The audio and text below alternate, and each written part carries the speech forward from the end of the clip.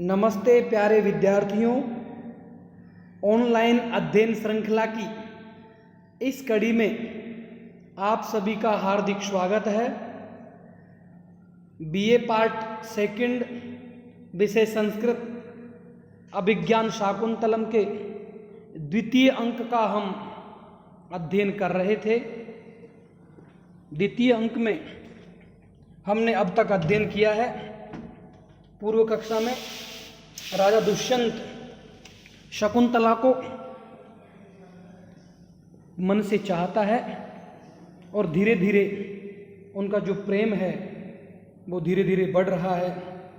राजा दुष्यंत विदूषक को कहता है कि जो शकुंतला है वो मुझे बहुत ही मनोहर लगती है और मेरा मन उसमें आसक्त है।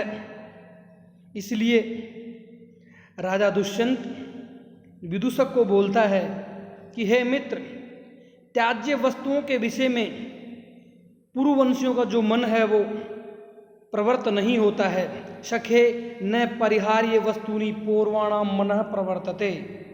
और राजा आगे बोलता है कि सुर युवती संभवम किल मुनेरपत्यम तदुज्जितादिगतम अर्कस्योपरिक्षिथिलम च्युतमिव नवमालिका कुसुमम। अन्वय देखते हैं। शिथिलम अर्कस्य उपरि च्युतम नवमालिका कुसुमम इव तत्मुनेः अपत्यम किल सुरयुवती संभवम उज्जितादिगतम। शिथिलम, शिथिल होकर, ढीली होकर, अर्कस्य, आंख के पेड़ के ऊपर, जिसको आंख बोलते हैं, ऊपरी च्युतम, ऊपर गिरी हुई, नवमालिका, चमेली के, कुसुमम, फूल की तरह। नवमालिका कहते हैं चमेली के पेड़ को। कुसुमम इव, पुष्प के समान। तत्मुनेः, वह मुनेः अपत्यम, मुनि की संतान, अपत्यम संतान है, ऋषि की संतान है। किल सुर युवती संभवम, निश्चय ही अप्सरा से उत्पन्न हुई है। सुर युवती संभवम, निश्चय ही अप्सरा से उत्पन्न हुई है। उज्जितादिगतम, उसके द्वारा त्याग दिए जाने पर अधिगतम प्राप्त हुई है, अर्थात ऋषि कण्व को प्राप्त हुई है। तो इस श्लोक का अर्थ है कि व्रंत से शिथिल होकर आक के पौधे पर गिरे हुए चमेली के पुष्प के समान वह मुनि की संतान निश्चय ही अप्सरा से उत्पन्न हुई है, निश्चय ही ऋषि से उत्पन्न हुई है। और माता के द्वारा त्याग दिए जाने पर ऋषि कण्व को प्राप्त हुई है। विदूषक द्वारा यह कहने पर लगता है कि आप तापस कन्या के इच्छुक हो, तपस्वी कन्या के इच्छुक हो। राजा कहता है कि वस्तुतः शकुंतला तापस कन्या नहीं है।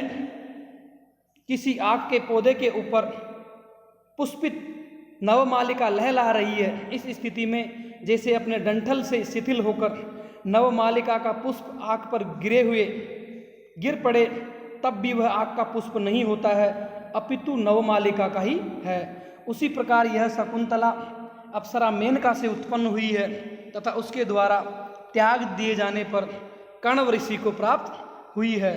कण्व ऋषि ने इसका पालन पोषण किया है, अतः वह इसके पालक पिताश्री है।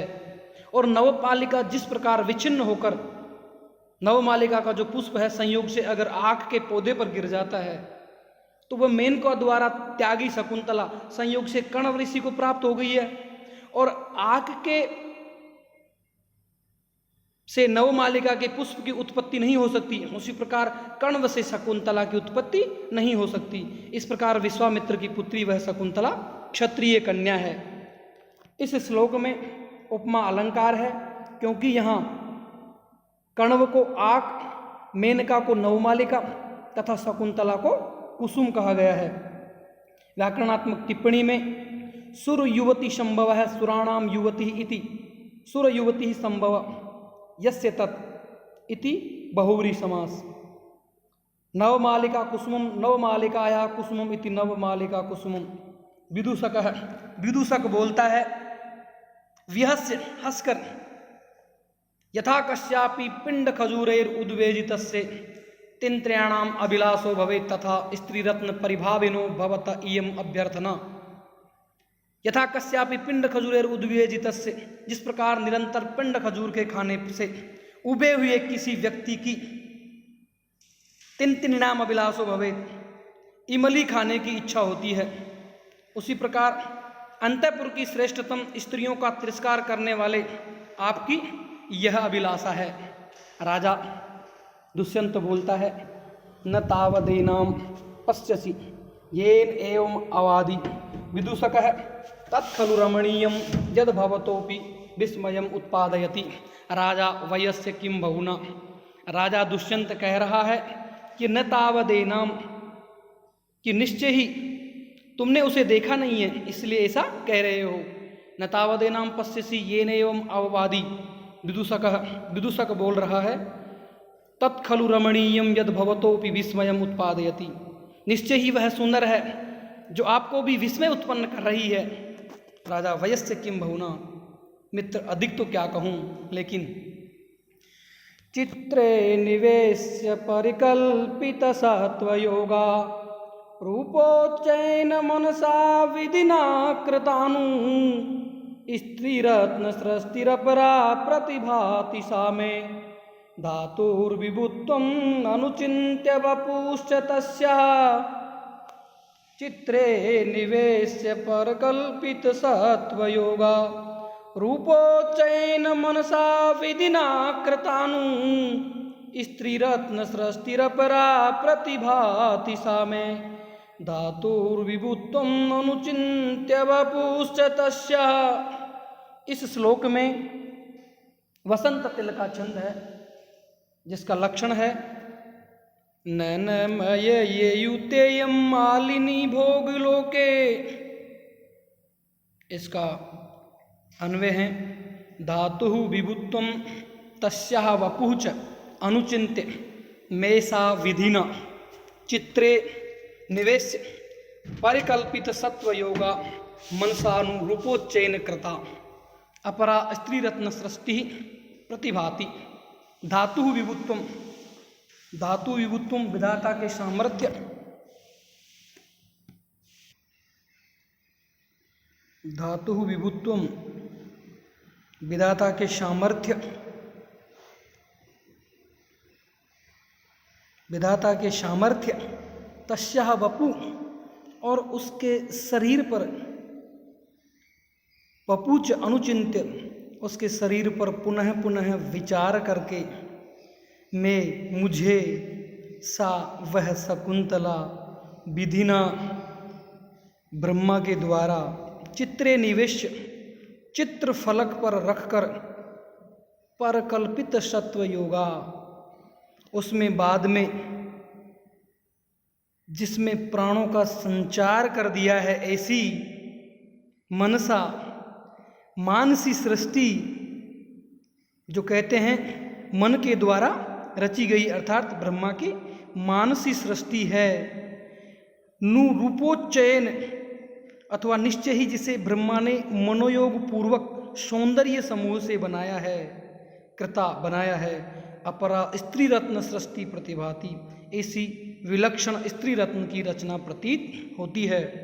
शकुंतला के सौंदर्य का वर्णन करते हुए राजा विदूषक से कहता है कि जब मैं ब्रह्मा की सृष्टि निर्माण की कुशलता तथा शकुंतला के अलौकिक शारीरिक सौंदर्य पर विचार करता हूँ, तो वह शकुंतला मुझे अद्वितीय सौंदर्यवती विलक्षण स्त्री रत्न की प्राप्ति प्रतीति होती है। मुझे लगता है कि जिस प्रकार कोई चित्रकार किसी चित्र को चित्र फलक पर रखकर बनाता है, जब वो पूर्ण संतुष्ट हो जाता है तब उसे अंतिम रूप देता है, उसी प्रकार ब्रह्मा ने शकुंतला को चित्र फलक पर रखकर सुंदर चित्र पहले बनाया होगा और पूर्ण रूप से संतुष्ट होने पर ही उसने चित्र में प्राणों का संचार कर दिया होगा।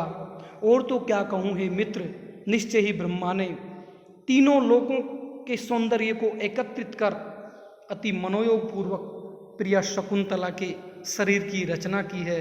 इस प्रकार वह कोई सामान्य स्त्री नहीं है, अपितु ब्रह्मा की मानसी सृष्टि है। अतएव मुझे वह जो शकुंतला है विलक्षण स्त्री रत्न की रचना प्रतीत होती है। इस श्लोक में वसंत तिल का छंद है, अतिशयोक्ति अलंकार है।